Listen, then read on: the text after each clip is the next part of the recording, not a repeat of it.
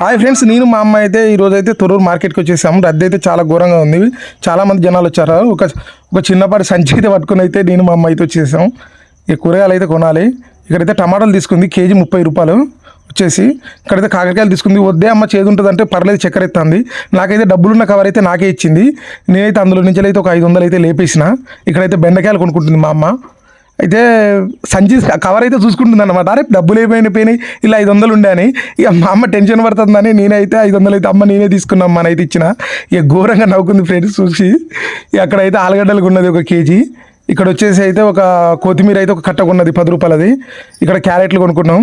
నిమ్మలం కొంచెం ముందుకెళ్తే ఇక్కడ అయితే 10 రూపాయలకు ఒక కుప్పి చిల్లు తీసుకున్నా. సంచి అయితే చిన్నగా ఉంది కానీ బరువు మాత్రం ఘోరంగా ఉంది ఫ్రెండ్స్, నిజంగా చెప్తున్నా. సంచి చిన్నది, బరువు పెద్దది అన్నట్టు. నిమ్మలంగా అయితే అటు పోయినాం. ఉల్లిగడ్డలు తీసుకుంది. ఇక్కడ అరటి పండ్లు తీసుకున్నాం. నిమ్మలంగా బండి స్టార్ట్ చేసుకుని వెళ్ళిపోయినాం.